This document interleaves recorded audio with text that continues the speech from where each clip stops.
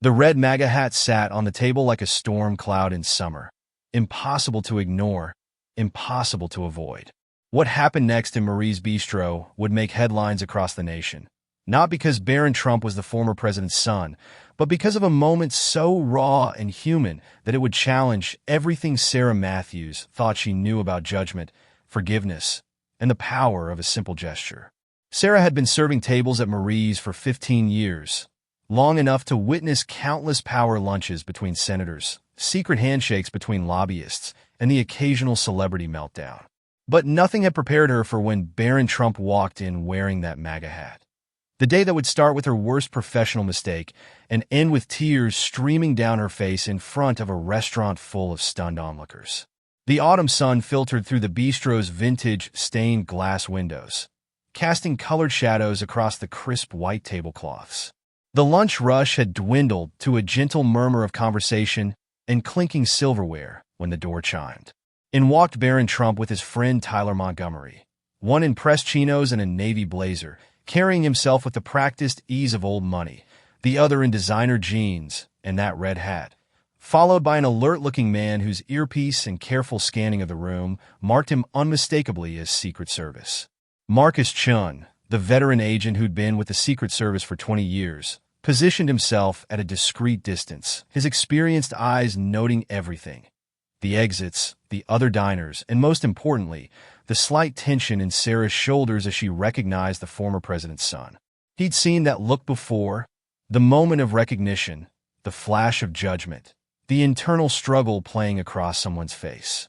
What he couldn't know was that Sarah's brother had just lost his teaching job to budget cuts, or that her mother's small business had gone under during the previous administration, or that the sight of that hat brought back memories she'd rather forget.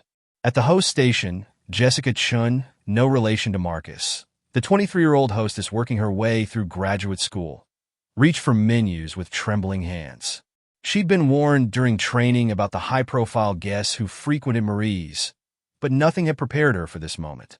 As she led them to their table, she couldn't help but notice how Barron seemed to fold in on himself slightly, as if trying to take up less space in a world that had always demanded he take up more. What unfolded over the next hour would become the kind of story that changes not just one life, but ripples out to touch countless others. A reminder that in a city built on power and division, sometimes the most revolutionary act is simply seeing the person beneath the symbol. Subscribe for more life-changing stories. Sarah approached the table with practiced steps, her professional smile firmly in place despite the storm brewing inside her. Her eyes couldn't help but drift to the red hat now resting on the polished mahogany table beside Barron's water glass. The late afternoon light caught the golden embroidery, making those four letters seem to glow. "Welcome to Marie's," she said, her voice carrying a slight tremor she hoped only she could hear. "I'm Sarah, and I'll be taking care of you today." She pulled out her notepad, her knuckles white against the pen. Tyler Montgomery spoke first, his easy charm filling the awkward silence.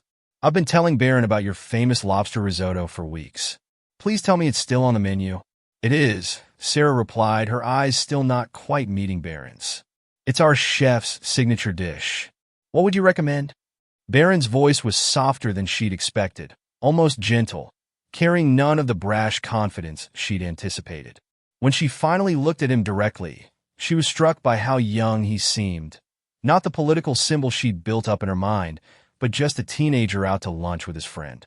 "The risotto is excellent," she answered, her voice clipped. "Though personally, I wouldn't know about the more expensive items on the menu." The words came out before she could stop them, sharp and pointed, hanging in the air like icicles. Marcus' chin shifted almost imperceptibly in his corner, while Tyler's easy smile faltered. But it was Barron's reaction that caught Sarah off guard. Not anger or offense, but something that looked remarkably like understanding mixed with hurt. For a fraction of a second, their eyes met, and Sarah saw something that would haunt her for the rest of the day. The practiced resignation of someone far too young to be so used to hostility. The moment stretched between them like a taut wire, ready to either snap or transform into something entirely unexpected. And in the busy dining room of Marie's bistro, surrounded by the gentle clink of silverware and murmured conversations, neither Sarah nor Barron could have predicted what would happen next. "I'll have the risotto," Barron said quietly, folding his menu and handing it back to Sarah with both hands, a gesture of unexpected politeness that made her throat tighten. "And a lemonade, please." "Make that too," Tyler added, his eyes darting between his friend and the waitress with growing concern. "And maybe some bread for the table?" Sarah nodded curtly and turned on her heel, her cheeks burning with a mixture of shame and lingering resentment. As she pushed through the kitchen's swinging doors, she nearly collided with Jessica, who was carrying a fresh batch of warm sourdough. "Everything okay out there?" Jessica asked, catching the look on Sarah's face. "You look like you've seen a ghost."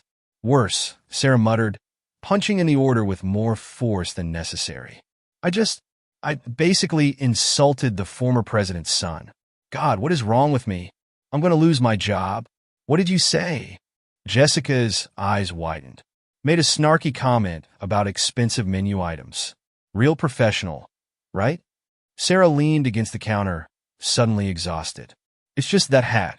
That stupid hat. Do you know what happened to my mom's bookstore during his father's term? The things people would say and do in front of it just because she had a rainbow flag in the window." Chef Marcus Rodriguez, who had been pretending not to listen while plating a perfectly seared salmon, spoke up. "Mi hermana, sometimes the sins of the father aren't meant for the son to bear." He slid the plate onto the pass. "And sometimes a hat is just a hat." Sarah was about to respond when she heard a commotion from the dining room. Through the kitchen window, she could see an elderly man at a nearby table clutching his throat, his face turning an alarming shade of red.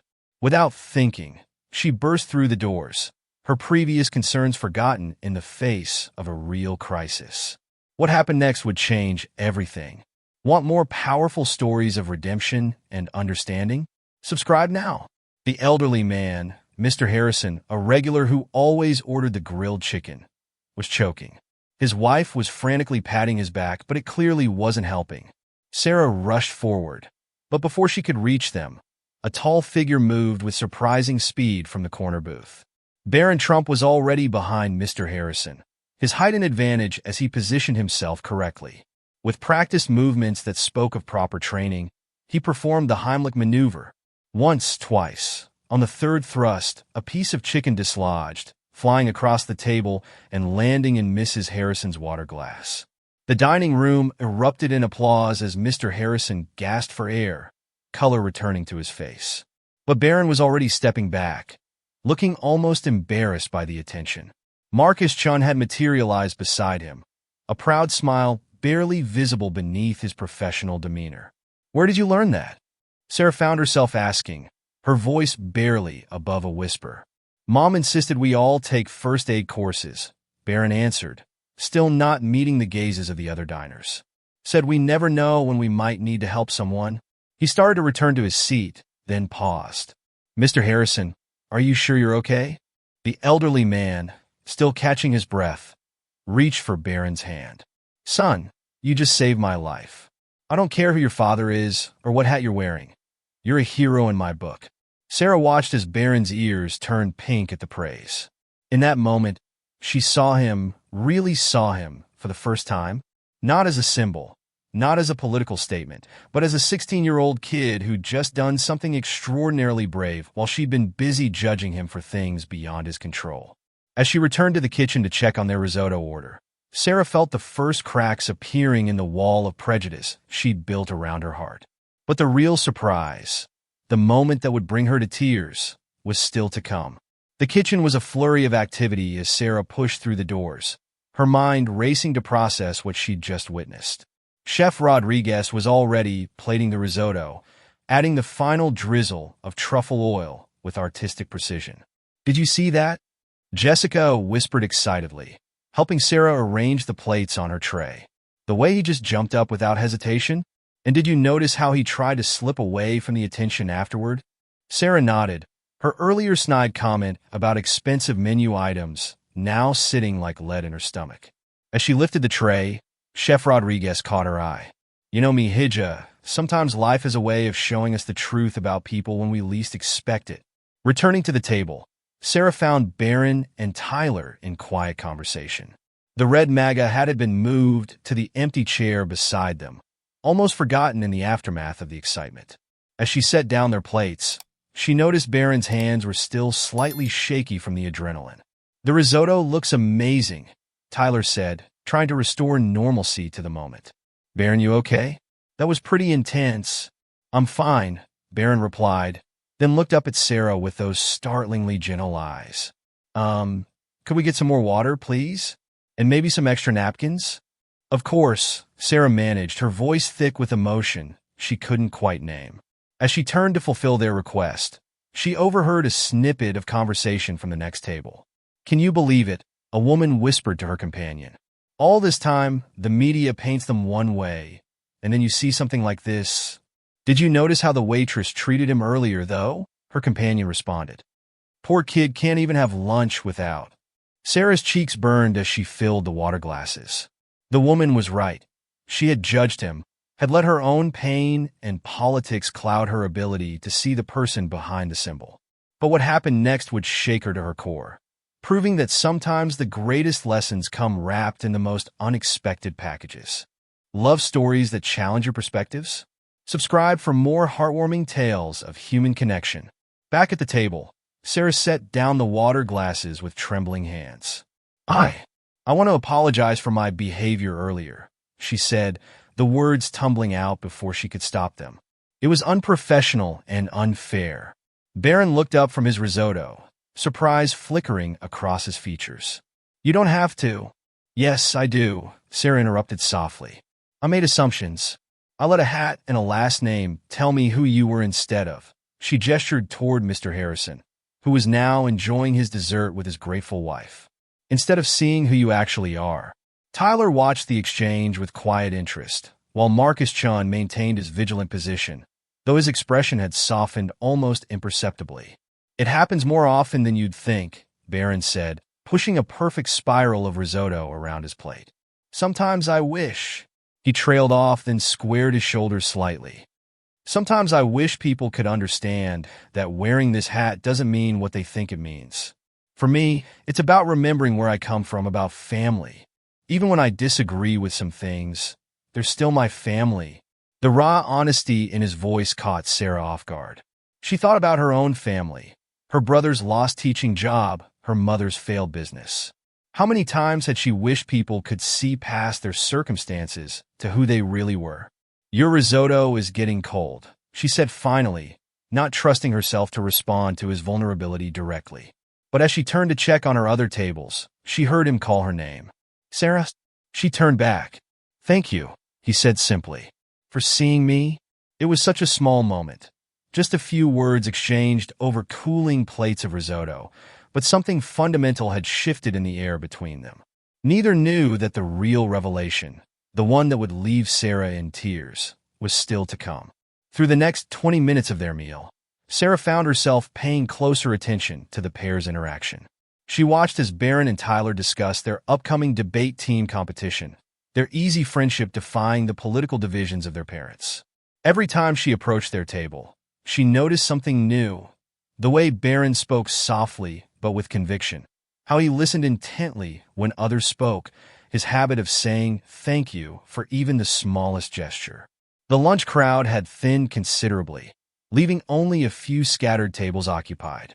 Mr. and Mrs. Harrison were preparing to leave, and Sarah observed as the elderly couple stopped by Barron's table. Mrs. Harrison had tears in her eyes as she patted the boy's shoulder.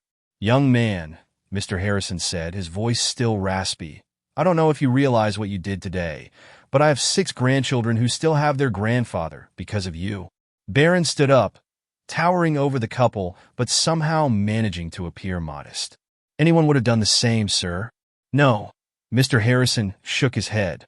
"Not everyone would. And that's what makes it special." He reached into his pocket and pulled out a business card. "I run a youth center downtown. We could use someone like you, someone who sees beyond labels and acts without hesitation. If you're ever interested in volunteering." Sarah, pretending to wipe down a nearby table, saw Barron's face light up with genuine interest as he carefully tucked the card into his wallet. It was then that she noticed something else. A worn photograph peeking out from behind his student ID, showing a group of kids in what looked like a hospital setting. The pieces were starting to come together, But the full picture, the one that would soon reduce her to tears, was still taking shape. As Sarah cleared their appetizer plates, she caught snippets of conversation between Barron and Tyler about their volunteer work. It turned out that Barron had been quietly spending his weekends at Children's National Hospital, teaching first aid to kids with chronic illnesses. The photo in his wallet was from their last graduation ceremony. The best part, she overheard him telling Tyler, is when they realize they're not just patients, they can help others too. You should see their faces when they get their certificates. Sarah paused at the service station, pretending to polish silverware while processing this new information. The moment was interrupted by a commotion at the entrance. A group of college students had recognized Barron, and one of them, emboldened by liquid lunch, started making loud, derogatory comments. "Hey, look who it is," the ringleader called out. "Baby Trump with his little hat." Before Marcus Chun could intervene, Sarah found herself moving. She stepped between the group and Barron's table, her voice steady and clear. "I'm going to have to ask you to leave." "What? You defending them now?" The student laughed incredulously. "After what his father?" "I'm defending a 16-year-old who just saved someone's life," Sarah cut in, "and who spends his weekends teaching sick children how to save others. So yes, I'm asking you to leave. Now." The restaurant had gone silent. Sarah could feel Barron's eyes on her back, could sense Marcus Chun tensing for potential trouble. But it was Jessica who sealed the deal, appearing with the restaurant's owner, Mr. Romano, who firmly escorted the troublemakers out. When Sarah turned back to the table, she saw something that stopped her in her tracks. A single tear rolling down Barron's cheek, quickly wiped away, and a smile that carried more gratitude than any words could express. After the incident, the dining room slowly returned to its normal rhythm, but something had fundamentally changed. Sarah noticed Barron was quieter now, stirring his risotto more than eating it. Tyler tried to maintain conversation, but the weight of what had happened hung in the air. "I'm sorry about that," Sarah said, approaching their table with fresh drinks. "Some people—" "It's okay," Barron replied, his voice steady despite the emotion still visible in his eyes. "I'm used to it, but what I'm not used to is—" He paused, looking up at her. "No one's ever defended me like that before. Usually people just look away." Sarah felt her heart constrict. The resignation in his voice, the acceptance that this was just as normal, hit her harder than any political argument ever could. "Can I ask you something?" she ventured, setting down their drinks. "The hospital volunteering, the first aid classes. Why don't you tell people about that? It might change how they see you." Barron's response came after a thoughtful pause. "Mom always says that real kindness doesn't need an audience. And besides," he gave a small, sad smile, "would they believe it anyway? Most people see what they want to see." Tyler reached across the table, squeezing his friend's shoulder. "Tell her about Maria," he encouraged softly. "Maria?" Sarah found herself asking, even as another table tried to catch her attention. "She's one of my students at the hospital," Barron said, reaching for his wallet again. "She's 7, has been fighting leukemia for 2 years, and last week—" He stopped, his voice catching slightly. "Last week, she saved her little brother from choking on a hot dog. Used everything we learned in class. That's worth all the nasty comments in the world." The story hung in the air between them, a testament to the quiet acts of kindness that happen every day, unnoticed and uncelebrated, while the world focuses on hats and headlines. Sarah excused herself to check on her other tables, but her mind kept returning to their conversation. As she moved through the restaurant, she overheard various diners discussing what they'd witnessed, both the choking incident and her confrontation with the college students. The narrative was shifting, not just in the restaurant, but in her own heart. "Order up," Chef Rodriguez called from the kitchen. As Sarah went to collect her plates, he pulled her aside. "You know what my abuela used to say? The truth about a person isn't in their name or their clothes. It's in their actions when they think no one is watching." Returning to Barron and Tyler's table, she found them in animated discussion about their debate team's upcoming competition. The MAGA hat still sat on the empty chair, but somehow it seemed different now. Less like a political statement and more like what Barron had described, a complicated symbol of family loyalty from a teenager trying to navigate an impossible situation. "The topic is about community service requirements in high schools," Tyler was explaining. Barron's actually arguing in favor of making it optional rather than mandatory. Because forced kindness isn't really kindness, Barron added, then looked slightly embarrassed at Sarah's presence. Sorry, we're probably boring you with debate team stuff. Not at all, Sarah replied, genuinely interested. Why optional though? Wouldn't mandatory service help more people? You'd think so, Barron said, animation creeping into his voice. But I've seen the difference between volunteers who want to be there and those who are just checking off a box.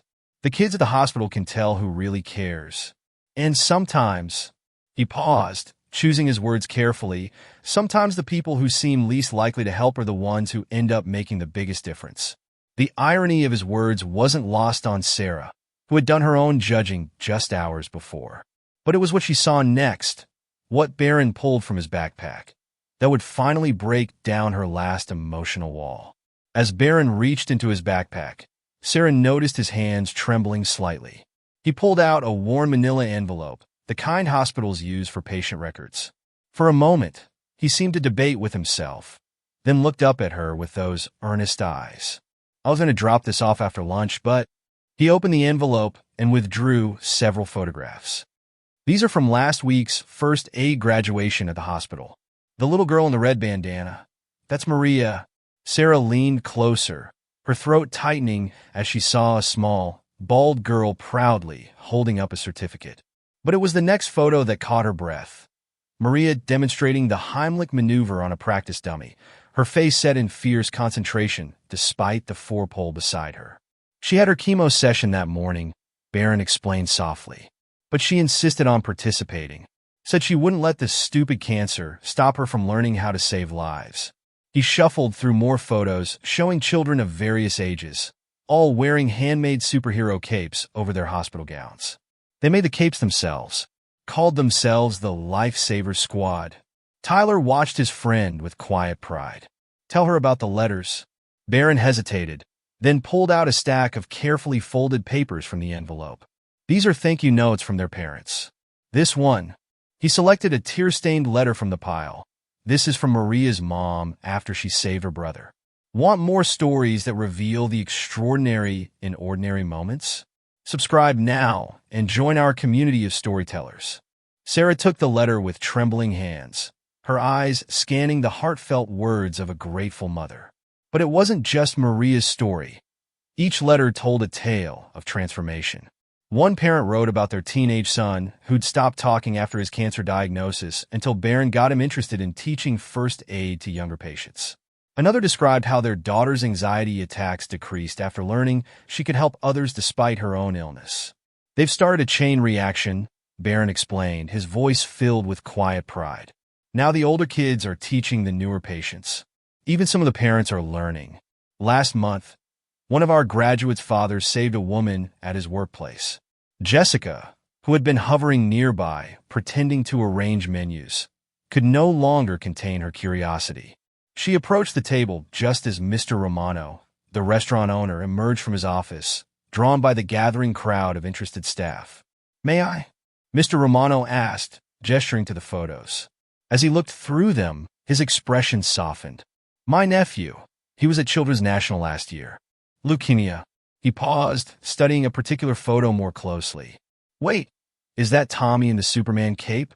Barron's face lit up with recognition. Tommy Martinez? He's one of our best instructors now. He just got his final all-clear last month, and he's already talking about becoming a paramedic when he grows up. Il mondo è piccolo, Mr. Romano murmured, wiping his eyes. My sister told me about the volunteer who helped Tommy through his darkest days, but she never mentioned. He looked at Barron with new understanding. You gave him hope when he needed it most. Chef Rodriguez had emerged from the kitchen, still wearing his apron, and was now standing beside Sarah, looking at the photos over her shoulder. Mi sobrino, my nephew. He works at Children's National as a janitor, he said suddenly. He's been telling me stories about this tall teenager who stays late after volunteer hours to help the night shift kids who can't sleep. That's you, isn't it? The restaurant had gone quiet again, but this time not from tension. Instead, there was a sense of witnesses to something extraordinary, the unveiling of countless quiet acts of kindness that had been happening just out of sight, behind the glare of political headlines and preconceptions. Sarah watched as more stories emerged, connections revealing themselves like constellations once you knew where to look. But the real revelation, the one that would finally bring her to tears, was still to come, hidden in the last photo at the bottom of the envelope. Sarah noticed Barron's hand hesitate over the last photo, his fingers tracing its worn edges as if debating whether to share this final piece of his story. The lunch crowd had dwindled, leaving an intimate atmosphere in the restaurant as the afternoon sun cast long shadows across the tablecloths. "This one's different," he said quietly, almost to himself. "It's from my first day volunteering." He slid the photo across the table, and Sarah felt her world tilt on its axis. The image showed a much younger Barron, probably 13 or 14, sitting beside a hospital bed. In the bed was a girl about his age, thin and pale from treatment, but smiling brightly. She was wearing a familiar-looking bracelet, one that Sarah had seen every day for the past 3 years on her own wrist. "That's Rachel," Sarah whispered, her hand instinctively touching the beaded bracelet she wore, the last gift her niece had made before losing her battle with leukemia. "How did you—" "She was my first friend at the hospital," Barron explained, his voice thick with emotion. "She taught me how to make those friendship bracelets. Said everyone needed a reminder that they were never alone." He pulled up his sleeve, revealing a similar bracelet, faded and worn. "She made one for all of us volunteers. Said we were her Hope Army." Chef Rodriguez moved closer, placing a supportive hand on Sarah's shoulder as she stared at the photo. Tyler, who had been quietly observing, spoke up. "Rachel's the reason Barron started the first aid program. She always worried about being helpless in emergencies because of her condition." Mr. Romano wiped his eyes with his handkerchief as Jessica brought over a chair for Sarah, who had started to sway slightly. But it was Marcus Chun, the usually stoic Secret Service agent, who added the final piece to the puzzle. "I remember that day," he said, breaking his professional silence. "It was Rachel who convinced him to keep coming back when he wanted to quit after his first week. Said someone needed to continue her mission of turning patients into heroes." The revelation hung in the air like suspended starlight, connecting past to present, stranger to family, prejudice to understanding, in ways that none of them could have anticipated when the day began. Sarah sank into the chair Jessica had brought, her fingers tracing Rachel's smiling face in the photograph. The memories flooded back, Rachel's infectious laugh, her determination to make everyone feel special, the way she'd talk about her hospital friend Barry, who kept her spirits up during the long nights of treatment. "She never told me your real name," Sarah said, her voice barely a whisper. "Just called you Barry. Said you were her best friend who'd sit with her during thunderstorms because she was scared of lightning." "The nurses let me stay past visiting hours," Barron replied, pulling out another photo.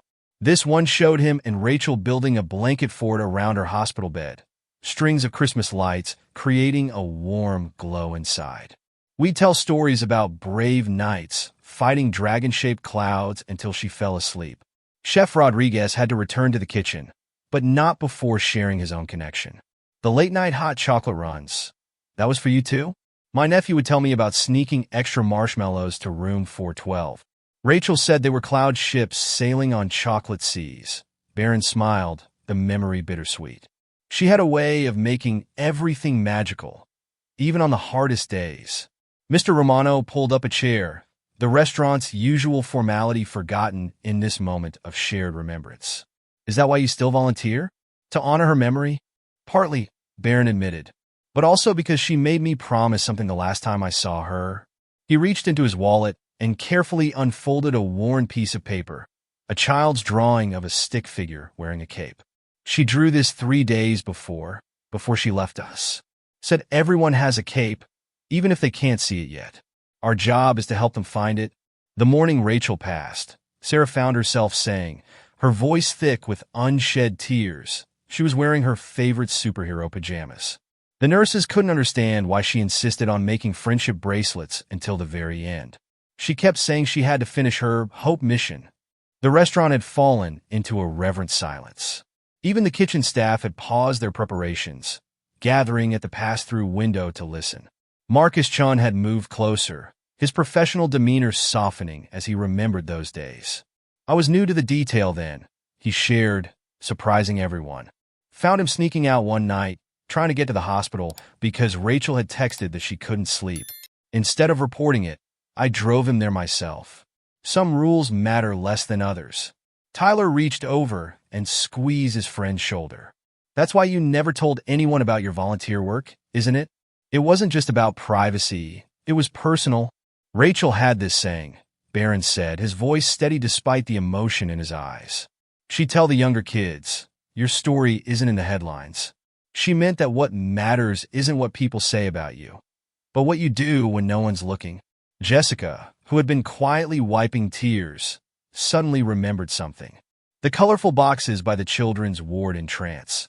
The ones filled with handmade bracelets for new patients. That's her legacy, isn't it? The hope boxes, Barron nodded. We keep them stocked. Every bracelet comes with a note.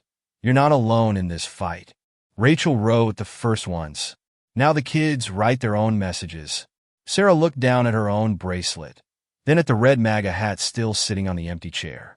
The contrast between her earlier judgment and the reality of the situation struck her with the force of a physical blow.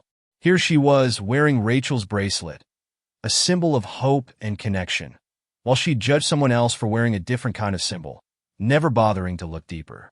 But the most powerful moment, the one that would finally break down every wall she'd built, was still to come, hidden in what Barron would reveal next about Rachel's final days.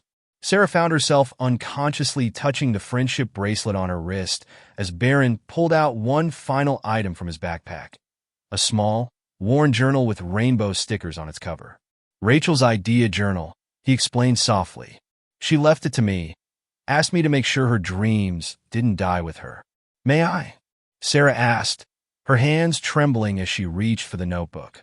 Barron nodded, and as she opened it, dozens of colorful sticky notes fluttered out, each covered in Rachel's distinctive handwriting. Each one is a different idea for helping people, Barron explained. She wrote them during her treatments.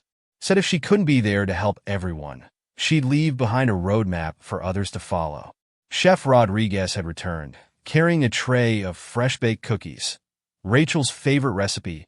It turned out that she'd shared with the kitchen staff during her hospital stays. She used to say these gave her superpowers during chemo. He remembered, setting them on the table. As Sarah flipped through the journal, her eyes caught on a particular entry, dated just days before Rachel passed. Operation Cape Finder. Because everyone's a superhero waiting to happen. Step 1. Find someone who doesn't believe in themselves. Step 2. Show them their own light. Step 3. Watch them fly. Marcus Chun cleared his throat, an unusual display of emotion crossing his face. The day she passed, he said quietly, she made Barron promise something. I was outside the room, but I could hear. She made me promise to keep looking for heroes in unexpected places. Barron finished, his voice barely above a whisper. Said sometimes the people who seem the most lost just need someone to believe in them first. Mr. Romano, who had been silent for a while, suddenly spoke up. The children's menu drawings. Those were hers too, weren't they? The little superheroes with different medical equipment. She called them her medicine warriors. Barron smiled through tears. Said every 4-pole could be a magic staff, every wheelchair a rocket ship. The journal entry Sarah had stopped on suddenly caught everyone's attention. It was a detailed plan for a program called Hearts Without Labels, with a familiar face sketched in the margin, Barron's, wearing his MAGA hat, but also wearing a cape. Rachel's handwriting beneath it read, some heroes wear capes. Some wear hats. Look for the heart underneath. Sarah stared at Rachel's words until they blurred through her tears. The weight of her earlier prejudice, contrasted with this profound message from her niece, felt almost unbearable. Around her, the restaurant had transformed into something more intimate than a simple dining establishment. It had become a sanctuary of shared grief and understanding. There's one more thing, Barron said quietly, reaching into his jacket pocket. I've been carrying this for 3 years, waiting for the right moment. He pulled out a small, carefully wrapped package with Rachel's handwriting on top. For Aunt Sarah, when the time is right. Sarah's hands shook so badly that Jessica had to help her unwrap it. Inside was a friendship bracelet different from the others. this one woven with both rainbow threads and red ones, creating a pattern that somehow merged both worlds. A small note fell out. Dear Aunt Sarah, if you're reading this, it means you've met my friend Barry, actually Barron, but shoo, that's a secret. He promised to find you when I couldn't. Remember what I always said about superhero costumes? Sometimes they look like hospital gowns, sometimes like fancy suits, and sometimes like red hats. Love sees past all of them. Love, Rachel. Chef Rodriguez quietly placed a box of tissues on the table. Tyler, who had been quietly supportive throughout, reached over and squeezed his friend's shoulder. Marcus Chun stood at attention, but those who looked closely could see him blinking back tears. She made me promise to wait, Barron explained, his voice thick with emotion. Said there would be a moment when it would matter most. When I walked in today and saw your bracelet, then your reaction to my hat, I knew this was what she meant. Mr. Romano, who had been quietly observing, spoke up. You know, in all my years running this restaurant, I've never seen anything quite like this. Rachel, she's still bringing people together, isn't she? That's why I started wearing the hat again, Barron admitted quietly. Not for politics, but because Rachel said it was my superhero costume. A reminder that brave things aren't always easy things. She said. He paused, gathering himself. She said sometimes the bravest thing we can do is let people judge us and love them anyway. The final revelation, the one that would permanently transform not just Sarah's perspective, but the entire restaurant's atmosphere, was about to unfold in the story's conclusion. Sarah looked down at the new bracelet in her hands, then at the red MAGA hat on the chair, seeing both through Rachel's eyes, not as symbols of division, but as different kinds of costumes worn by people trying to navigate a complex world. With trembling fingers, she slipped the new bracelet onto her wrist alongside Rachel's original one. Would you mind, she asked Barron softly, telling me more about the Lifesaver Squad? About all the lives Rachel's legacy has touched? Before Barron could answer, Mr. Romano stepped forward. Perhaps, he suggested, his eyes twinkling with purpose, we could make this a regular thing. Once a month, the Lifesaver Squad could use our private dining room for their meetings. A place where labels don't matter, where kids can just be kids, and heroes can wear whatever costume they choose. Chef Rodriguez emerged from the kitchen once more, this time carrying a large cake decorated with superhero symbols. For the next graduation ceremony, he announced, on the house. Rachel's recipe, of course. As the afternoon sun painted the restaurant in warm, golden hues, Sarah watched Barron showing Tyler and Jessica how to make friendship bracelets the way Rachel had taught him. Marcus Chun had relaxed his formal stance, sharing stories about the nights he'd helped sneak extra art supplies into the children's ward. The restaurant staff, the regular customers, even the couple at the next table who had criticized her earlier. Everyone was now part of this unexpected moment of healing. The red MAGA hat still sat on the chair, but it had transformed in Sarah's eyes. Now she saw it as Rachel had, not as a political statement, but as one of many costumes people wear, sometimes as armor, sometimes as identity, but never as the full measure of their heart. Rachel was right, Sarah finally said, breaking the contemplative silence. Our story isn't in the headlines. It's in the quiet moments when we choose to see past the costumes to the heroes underneath. Barron smiled, a genuine, unguarded expression that made him look his age for perhaps the first time that day. That's what she taught me too. That sometimes the greatest act of heroism is simply choosing to love in the face of judgment. As the day drew to a close, Marie's Bistro had become more than just a restaurant. It had become a testament to Rachel's enduring wisdom. That love sees past labels, that heroes come in all costumes, and that sometimes the bravest thing we can do is let our hearts be changed. Want to be part of more stories that bridge divides and warm hearts? Subscribe now and join our community of everyday heroes. Together, we can keep Rachel's legacy of unconditional love and understanding alive.